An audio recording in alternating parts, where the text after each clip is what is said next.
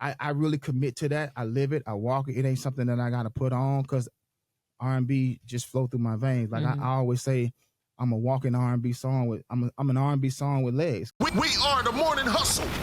What up, y'all? It's the Morning Hustle. L'Oreal, Kyle Santillan, Alton Walker, and his brother in the building today is a friend of the show. He's back, new music on the way. We rooting for him to do his thing. Yeah. He's a legend in the game. Q Parker. Yes, sir. What's up, family? What's happening with family? you, bro? We love you. Glad to be home. Glad to be home. The Evolution of Romance Volume 1. Great project. The Romance Dealer.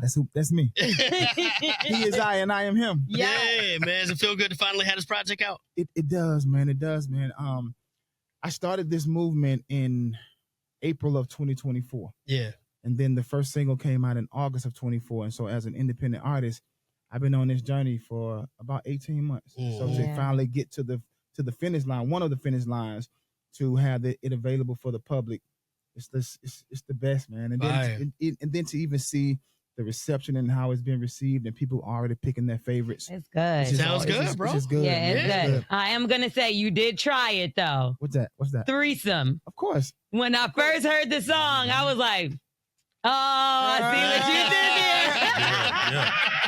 I want to have sex with your mind, body, and that's it. And your soul, and your spirit, and your soul. You know, as a songwriter, you know, that's a part of the game. You title something that's going to just immediately attract the attention. Yeah. And then you reel them in with the sweetness, with the subtlety, because again, as an R&B artist, we signed up to do just that. Yeah. We signed up to get your attention immediately, but then reel you in somewhere in the middle and get you all warm and fuzzy inside. And so now you become an advocate of romance. That's not why I thought you did it. Now, I went straight to it. I was like, I know his wife ain't having this. That's what I thought. I thought your wife was like, no, you better clean them lyrics up by the end of that song. She had to, because I already knew. I already knew how to deliver it in a way that was going to get this same reaction. Yeah, that's what's up. Speaking of your wife is dope, you got her in the video for Beg. Yeah. You know what I'm saying? You begging for your wife's love. So again, you know, romance has different levels. And it's a dual commitment. And so the first song, Beg, was really just like we getting rid of the old definition of the word beg. We're not begging no more because we messed up. Yeah. We ain't doing no doghouse, sleeping on the couch. We ain't doing none of that. Because I believe that if you're bringing endless gratitude, which is the acronym for beg, bringing endless gratitude to your partner, then you never get into those spaces. Yeah. But men need to do that regularly for their women.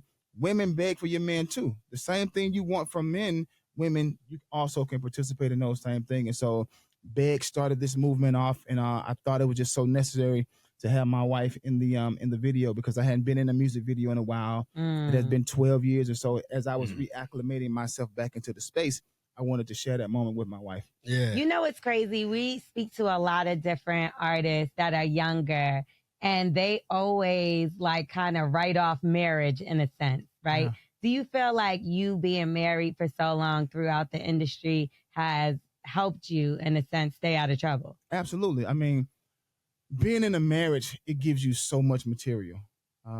It's so many days that you have to exercise all the words we've ever thought about that plays a part in relationships, which is forgiveness, sacrifice, compromise, thoughtfulness, caring, togetherness, unity. And so that is the greatest way to get material to write about. And I've always been a writer who leans on my personal experiences, what I've seen. I grew up watching the soap operas. And so when you watch the soap operas, it's all about romance and soft and gentle. And so I was able to incorporate all of that, and then my dating life and my experiences and all of that. And so, yeah, I just pulled from all of my own life experiences. And another thing you was really great at was branding yourself. You came from one of the hugest groups in R&B history, and that's 112, obviously. And I know for one thing, of course, we knew Slim's name. We know Q Parker's name. I'm sorry, but I don't know your other two brothers' names now. Deron and Mike. Yes. Okay. So I know they you found a way to make sure that everybody knew your name. So how was that doing that? Like, especially at a time when everybody's paying attention to the whole group, but your name stood out amongst the group. So that was one of the magical things about Puffy. When he signed us because he knew that we were all four lead singers, and there wasn't going to be a this guy and the rest of them. Mm-hmm. And so when you're in a group such as 112 that is so equally talented, it's really hard for somebody to stand out. It's not like it is I can't think of a group now that has the main vocalist and the other guys just kind of support, but that was never 112. And so when I did start this 2012 solo project, it was important for me to start now branding Q Parker, not just Q from 112 or the dude that wear the sunglasses or the dark skinned guy, because people knew our records, but they never really had time to spend to figure out who is Q, who is Mike, who is Slim, who is Deron. You knew Slim because his voice was just so unique. But outside of that, you really didn't have a chance because we was just so equally contributing to the songs, whether it was production, entertaining the lead parts or whatever. And so I had to make it known. I had to make it a priority for me for people to start identifying me as Q Parker. Right. Slim recently did an interview and he basically said Diddy did recognize the fact that y'all all were lead singers, but said Slim is going to be the lead singer because this is what I think. Well, so I'll give you a different perspective of that. And so I don't recall Puffy ever just saying, you're going to be the lead singer. But I do recall during that time, the traffic of R&B groups was just so heavy. It was an R&B group, damn near. That's true. Absolutely. That is true. Yeah. 112, Jagged Edge, Drew Hill, Next, Silk, Blackstreet. Like, it was just so many. And so, and to come out as a new addition to that, it'd be hard sometimes if you're just hearing songs on the radio to identify, well, is that Jagged Edge versus 112? Is that Next versus Drew Hill or whatever? And the thing that Slim's voice did was it helped us cut through all of the traffic because his voice was just so unique and so distinct. So immediately when you heard his instrument, you were like, oh, that's 112. But I don't recall Puffy ever saying, you're going to be the lead singer, because Puffy knew when he signed us that we were a full lead singing group. Right. Speaking of the Diddy days and the Bad Boy days, I thought it was kind of dope. Last week you had an event coming out celebrating the album, and you had some yeah, man, and it was pretty star-studded, man. The people in the building, of course, you had Montel Jordan in there, but what I loved to see was Mace sitting front row, and I'm like, man, they go back to the core days of Bad Boy. Like, what is your relationship now with Mace, and how important was it for him to be there celebrating you that night? Man, both of the M's are really important people in my life. Montel, you spoke about, and Mace. I just believe in relationships, man. And I've always believed that is the currency. That's the true currency. And so the reason I feel like I'm able to move the way that I move now in 2025 is because I still have maintained relationships from 1999, whether that was program directors, concert promoters, PR individuals, whomever. And when it comes to artists, we all we got. And so no one knows the difficulties, the highs and lows as an artist like another artist. And so I value, when you go in my phone, I have a special column for artists, program directors, promoters, PR people, publicists, photographers. And I try my best to do a regular check-in. You probably have all been the recipients of some of mine. Hey, I'm just checking in. Don't want that, sending love your way. But to see those guys return that, because I'm often the ones that's giving out the well wishes or whatever. And so to have them come and celebrate me, I've been saying sometimes you don't realize you need something until you actually get it.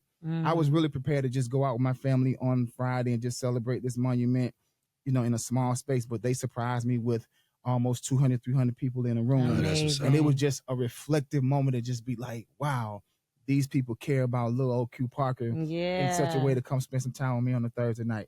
And you're looking just as young as you did when you were singing in the 112. Right. I appreciate how that. do you keep your appearance together? Because we see Slim now, he kind of look like Biggie. Oh, God. Well, I said it. I don't care. I'm the one that said it. He ain't giving Slim no more. He got to change his name. Like, what's Slim at? Yeah. But when we look at you, you still give that young, in shape vibe. Like, what are you doing? I can't call myself the romance dealer if I ain't presenting romance. Right? I know that's right. And so, how I do that is I prioritize my health.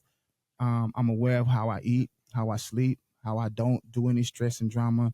I just really prioritize taking care of Q Parker, because I realize so many people depend on me to care for them. And how can I care for them if I'm not caring for myself. I want to be able to operate at optimum level in any space. And so when I bring that to music, I believe that we have to abide by the syllabus we signed back in the 90s that said we were going to look the part, we was going to sound the part, we was going to represent at all times, because how can we sing these sensual, intimate records and the visual that you see isn't representing that? And so I've always taken that to my heart.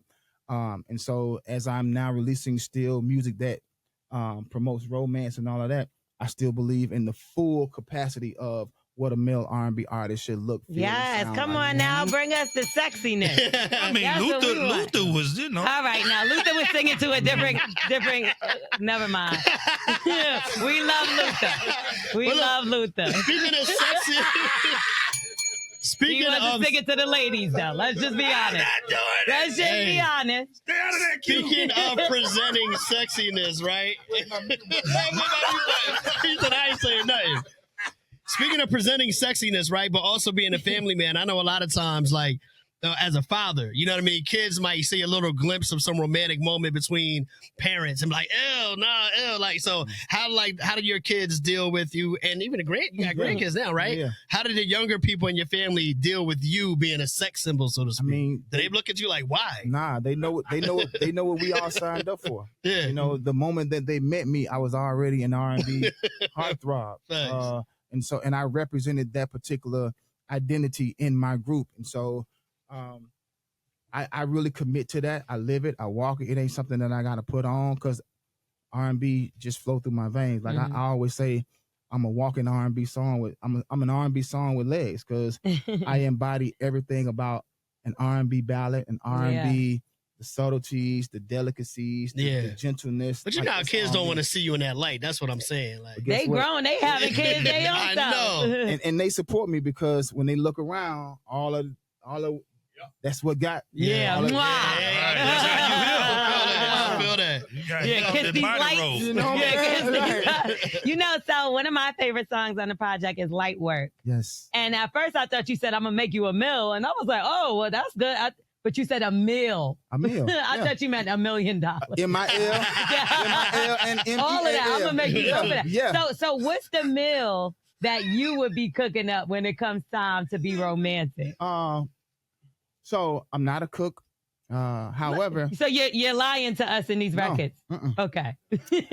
I am a huge fan of YouTube, and I can follow directions very well. Okay. All right. So there's not a meal I can't make. Well, have you whipped up something lately that was delicious? Can you share? Because my eating regimen is so regimented, I don't really variate from a whole lot of things. But I will eat some fish every now and then, and so I can do some sea bass, obviously salmon. But you follow the instructions. Absolutely. That's your body. Then I sprinkle a little bit of whatever I feel like it needs from just me. But yeah. Okay, you also linked up with Rico Love. Yes. Who we love. Friend of the show for sure. That's my guy, man. How did that work out? Did you go in the studio with him? Yeah, so I was going to Miami. He and I produced and wrote a song for a good friend of ours, Shabazz the OG. And while I was down there recording that song, Rico, we just did our normal, hey, what you working on? I said, well, I'm finishing up this record. It's going to come out sometime in the near future. He said, well, is it done? And the way I come from is it's not done until it's released. So there's always time and there's always room. So he gave me this song that had this sample on it, which is the 2 occasions from the deal. And he only had the verse and the hook on it. Well, I listened to it on my plane ride home. I completed the song. And the next week, I was back in Miami recording it because it was just a smash. So big shout out to Rico and Ghost Kid. Up. Yeah, that's what's up. Speaking of the music on the album, and forgive me, so new with me. The title of the song that you did with the Afrobeat. Yes, Rundown. Yeah. Rundown is fire. Like, I love the mesh of the R&B with the Afrobeats. And when I was listening to it, I was like, man, a dope remix. You could have like Thames on there or something like that. Is there any possibilities of, meshing with actually one of the artists? Absolutely. One of the Afrobeat artists? The original idea for the evolution of romance was, as I was reacclimating myself back into the marketplace, I needed to be able to give the public 100% Q Parker. And so that's why there really aren't any features on the record. However, if you notice, Volume 1 was on the title. So Right. that means there will be a volume 2. I know that's right. Yeah, And yes, it will. Because I promise y'all, I'm really committed to this romance movement. And I think romance has different levels. And right now we're just on the entry level of how I can put romance in music. And so as we get to the different volumes, I'll incorporate some other artists. But yeah, it may be some remixes and all that, because there is a visual album that's also going to be coming out top of the year. Oh, I love that. What about live performances? Can we see you in a tour soon? I got to put romance on his feet. Of course. So right now we're just doing a lot of spot dates. And the beauty of being an independent artist, self-funded, is I don't got to wait for nobody. Yeah. And so my team and I, we're talking about going out top of the year and just doing our own tour. If any promoters don't come, we're just not waiting, because this romance got to be. I know that's right. I feel that. So what do you think about, like, we're seeing a lot of this happening, and even with your former group, like groups are going on tour with missing members or with half of the members. Do you think that's something that we should be doing? Should we wait till we figure out a resolution till we do get a true reunion? Well, it's hard to say, because you just never know what's going on in the personal lives that allow people to make those types of decisions. We all men, and so I'll never question a man's decision, because again, I don't know what goes into that decision. But again, if the fans are out there and they want to support it, then by all means, because at the end of the day, the records are the records. Yeah. And the legacy is the songs. And so I always say, as much as you want to see the 4 original members of any group, be it 112 or whomever, if there's an opportunity to go out and support the legacy of the music, still go do that. Yeah. But for me, I would say continue to support what was, but also hopefully you have a little space to also allow me for what is to be also a part of how you want to support music. Because there's support, but there's a little bit of backlash. Like, people were saying this is not a 112 tour, this is 56. Yeah. And I mean, you know, the public, okay, 56. I ain't hear nobody write that. You just made that up. I promise you I read that in the comments. They was like, this 56. It's 2 out the 4. Well, no, Slim is looking like a little more than 56 pounds. No, you turn the mic down. That was collected. That was the weight. I'm just saying, it's giving 112 still. But to that response, how do you, and I understand what you just said about the music. How do you respond to what the fans and how they receive? I mean, what they feel like, yeah, we're getting some of it, but not all of it. It's unfortunate that, you know, especially it approaching 30 years, it's unfortunate that, you know, what the world has known as 112 isn't what they're seeing. However, I still just believe if you have an opportunity to support it and celebrate the songs and the records, still do so. Yeah, because I'm confused. Like, was there, like, you get a call. What do we really know what happened to break y'all up? Like, there's nothing that's going to be able to get y'all back together. Like, I'm just confused at what's going on here. So I believe that family deal with things behind closed doors. I don't believe in airing out your information. And so if you ever going to get anything as to the intimate details, it definitely won't come from Q Parker and or Duran. I know that for a fact. What Slim and Mike decides to do, that's on them. But we've on numerous occasions have tried to have some mediated conversations so that we can do some reconciling. Yeah. It is yet to happen. And so this is why you see what you see in terms of them celebrating the 30 years. Yeah, because I haven't heard rumors or any, like, usually things get out and you hear things like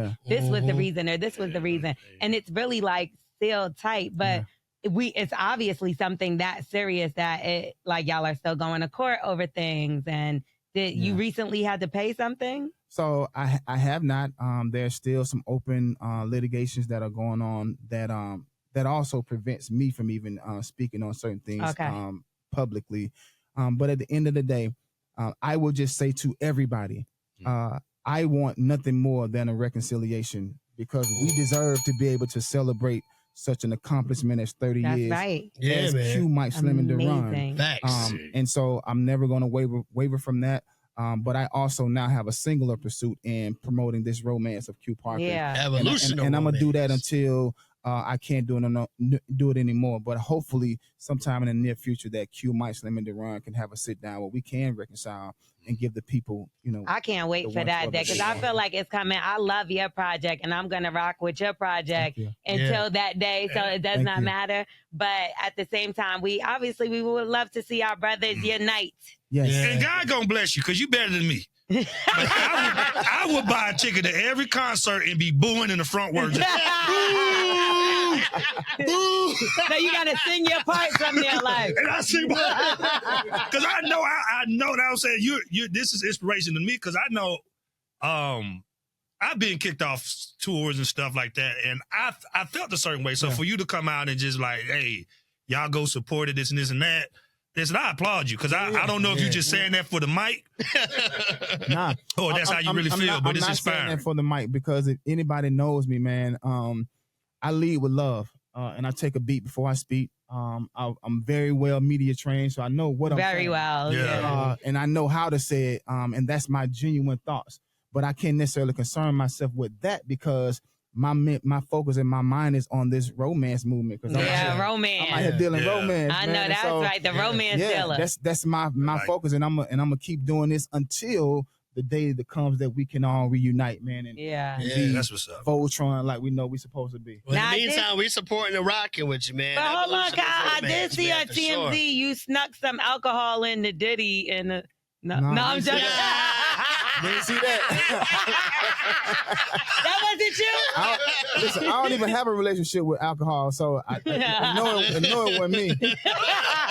Yo, Q Park here with us. I don't even do none of that. Evolution of Romance Volume 1. Yes. We appreciate you sliding through like you always do, bro. And wait. FFF, please, really quickly. Yes. FFF. Yes. Is that what women care about? Absolutely. And for those that don't know what she's speaking of, there's a song on the project Evolution of Romance called FFF. And basically, as a songwriter, it's my job to say what people want to hear. And I have to take on the role of being the voice for men at sometimes, but also being the voice for women of what they are expecting. And in a world where the society almost kind of always lends to what women want, I needed to write a song to just speak for brothers and just say, hey, listen, females, hear me out, hear my heart, and let me just tell you some things that I, as a man, are wanting from my significant other, wife, or whoever. And wait, do y'all cuss on the here? Yeah. It's all good. Yeah. So you won't drink, but you curse. The record, so the record, the clean version is freak me, feed me, and be my fan. Because I feel like if women master those things, men will give you whatever you want. And again, the freak me is self-explanatory. The feed me is not a literal feed, it's feed my soul. And then the be my fan is support me, affirm me, applaud me when I make certain accomplishments. And I think if women can master those things, men will be set up to give you whatever you want. So that's the key to getting the man to feel comfortable and vulnerable with you. I promise. And it's again? I promise you. Freak me, feed me, and be my fan. You hear that, ladies? Wait a minute. You said that was a clean, so what is the... Yeah, that's right. And he did a Coming to America. Who's next? Yeah. Q Parker, Evolution of But he's talking to Romance, his Volume 1. Appreciate you sliding, bro, for sure, man. Thank you for Thank being y'all, here. man. All right? Always thank y'all.